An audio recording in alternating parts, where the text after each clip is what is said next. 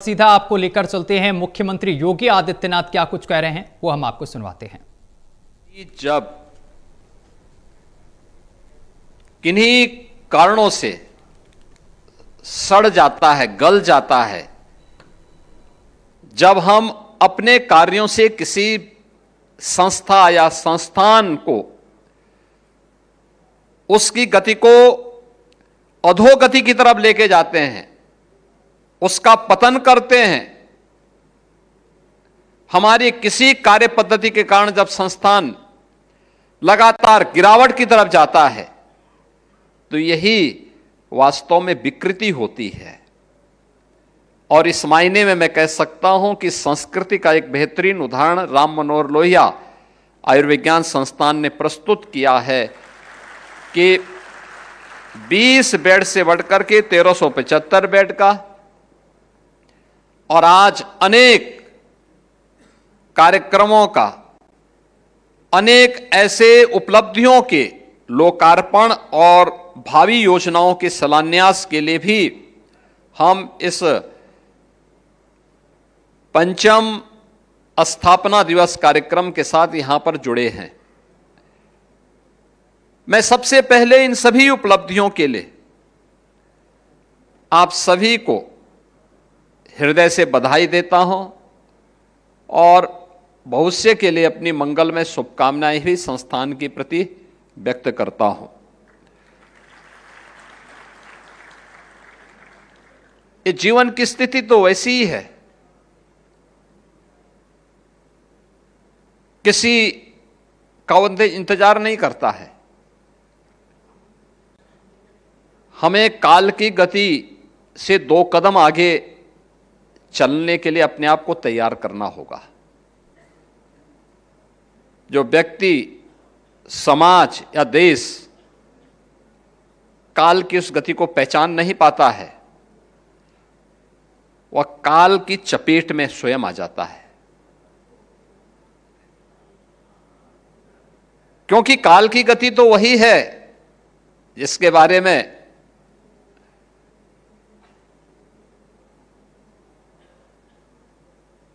Doctor Shyam Narayan Pandey ने कहा था कि यह महाकाल का आसन है, इस पर न किसी का शासन है। यानी काल की गति पर किसी का शासन नहीं होता है। कोई ये मान करके चले कि मैं समय की गति को अवरुद्ध कर दूंगा, ये उसकी गलत फहमी होगी। हमें उससे 2 कदम आगे चलने के लिए अपने आप को तैयार करना पड़ेगा। अगर हम चलेंगे तो प्रगति करेंगे। अगर हम नहीं चल पा रहे हैं, हम अपने को केवल समय के अनुरूप लेके जा रहे हैं, तो फिर हमें यथास्थितिवादी के रूप में लोग मानेंगे। हम कब आए कब गए किसी को पता नहीं होगा। लेकिन अगर हमारे कारण संस्थान को नुकसान हो रहा है तो मान के चलिए कि आने वाली पीढ़ी कभी हमें माफ नहीं करने वाली है, कभी माफ नहीं करने वाली है। और इस मामले में आपके संस्थान ने अच्छी प्रगति इसलिए भी हासिल की है। आयुर्विज्ञान संस्थान 5 वर्ष में, डॉक्टर राम मनोहर लोहिया आयुर्विज्ञान संस्थान 5 वर्ष में प्रदेश के अंदर जो हमारे 3 टॉप के चिकित्सा संस्थान है, जिसमें KGMU 110 वर्ष की अपनी आयु पूरी कर चुका है, तो स्वाभाविक रूप से वह तो आगे रहेगा ही रहेगा। SGPGI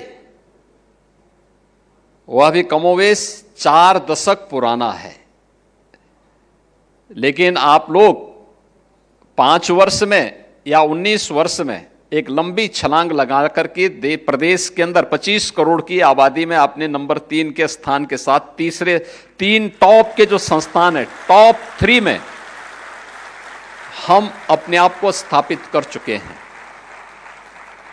ये चीजें दिखाती हैं कि हमारी दिशा सही है, हमारी लीडरशिप सही है, हम सही दिशा में आगे बढ़ रहे हैं। भौतिक चुनौतियां आती हैं, लेकिन टीम वर्क होता है, कार्य करने का जज्बा होता है, तो वह लोगों के मन में एक नई उत्साह का संचार करता है। आपके लिए यह अवसर इसलिए भी महत्वपूर्ण है क्योंकि यह संस्थान एक ऐसे स्थान पर स्थित है जो पूर्वी उत्तर प्रदेश का मुहाना है। पूर्वी उत्तर प्रदेश का हर पेशेंट सबसे पहले आरएमएल में आता है, सबसे पहले यहीं पे आता है, फिर यहां से केजीएमयू या एसजीपीजीआई की तरफ फिर वह रुख करता है। और सबसे घनी आबादी पूर्वी उत्तर प्रदेश की, बिहार की, नेपाल की, ये सभी स्थितियां यहां के लिए आती हैं, इस ओर मुड़ती हैं। उन स्थितियों में अगर हम लोगों ने अपने आप को अपडेट नहीं किया, हम उसके अनुरूप अपने आप को तैयार नहीं करेंगे, तो आज जो एक व्यक्ति, एक पेशेंट का परिजन, एक मरीज का परिजन बड़े विश्वास के साथ आता है, और विश्वास के साथ आने के बाद अगर कहीं पे उसकी भावनाओं को ठेस लगेगा तो वह फिर धीरे धीरे करके उसके मन में आएगा, देखो साहब कुछ नहीं होता, और फिर वह यहां से विमुख होकर के दूसरी तरफ रुख करेगा। लेकिन मुझे प्रसन्नता है कि लखनऊ के इन 3 संस्थानों ने लगातार सम और विषम परिस्थितियों में कार्य करते हुए आज उत्तर प्रदेश के अंदर चिकित्सा स्वास्थ्य के लिए भी और चिकित्सा शिक्षा के लिए भी कुछ मानक तैयार किए हैं, मानक गढ़े हैं। मुझे याद है जब इस सदी की सबसे बड़ी महामारी कोरोना आया था, कोरोना के दौरान मैं देख रहा था, मुझे उस समय अक्सर इस बात को मैं अनुभव करता था कि उत्तर प्रदेश में प्रारंभिक रूप से हम लोग तैयार नहीं थे कोरोना जैसी महामारी को सामना करना पड़े, क्योंकि हमारी पीढ़ी ने पहली बार इस प्रकार की महामारी को देखा था।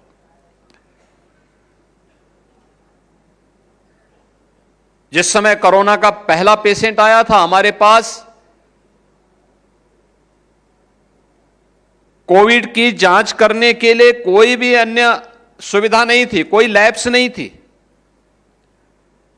हमने पहला पेशेंट जब आगरा में और नोएडा में देखने को मिला तो हम लोगों ने उनके सैंपल जांच करने के लिए सफदरजंग और एम्स दिल्ली में भेजे थे। एनआईवी पुणे को भेजा था, और धीरे धीरे करके हमने यहां विकसित करने प्रारंभ किए।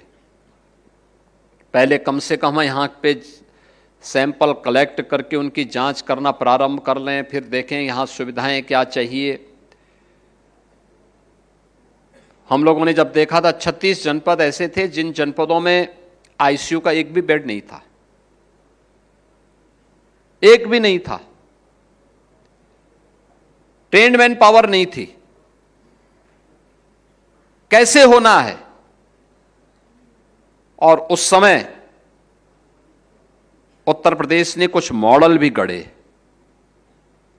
वर्चुअल आईसीयू भी चल सकता है, और इन 3 संस्थानों ने सफलतापूर्वक चलाया था। एसजीपीजीआई, केजीएमयू और आरएमएल ने, जो प्रदेश के सभी 75 जनपदों में वर्चुअल आईसीयू के माध्यम से मरीज को, इसके बारे में वहां पर मरीज को बेहतर राहत देने, जो लोग वहां पर ट्रेन्ड मैन पावर हमने यहां से भेजा था, जो मास्टर ट्रेनर यहां पे ट्रेनिंग लिए थे, उन लोगों ने वहां पर जाकर के कार्य किया। और अगर कोई समस्या आती थी तो प्रतिदिन सायंकाल ये तीनों संस्थान एक साथ उन संस्थानों के साथ, उन मेडिकल कॉलेजेस के साथ या कोविड हॉस्पिटल्स के साथ जुड़ते थे और वहां पर उनको गाइड करते थे। कोई समस्या होती थी तो फिजिकली वहां पहुंच करके उनको मार्गदर्शन करती थी। हमारा मॉडल सफलतापूर्वक आगे बढ़ा था। यानी टेक्नोलॉजी का उपयोग करके अगर एक महामारी को मात दी जा सकती है तो कोई कारण नहीं कि हॉस्पिटल और बड़े बड़े संस्थान के अंदर जो भीड़ है, इस भीड़ को हम टेक्नोलॉजी का बेहतर उपयोग करके रोक न सकते हो, कर सकते हैं। टेली कंसल्टेशन की सुविधा दूर दराज के क्षेत्रों में, पीएचसी में, सीएचसी में, डिस्ट्रिक्ट हॉस्पिटल में उपलब्ध करवा करके पेशेंट की स्क्रीनिंग के कार्य को हम उस स्टेज पे भी पूरी कर सकते हैं। लेकिन इसके लिए हमें तकनीक का उपयोग करना पड़ेगा, इसके लिए हमें स्वयं भी अपने आप को अपडेट करना पड़ेगा। और यह मैं इसलिए कह रहा हूं, आज जब हम लोग स्वास्थ्य की बात करते हैं, मैं भी आपकी एनुअल रिपोर्ट देख रहा था और मुझे अच्छा लगा। एनुअल रिपोर्ट है काफी मोटी, और साल भर की आपने बनाई है, हर एक इवेंट को उसमें आपने इकट्ठा करके रख दिया। लेकिन आपने शुरुआत की है कि दुनिया को पहला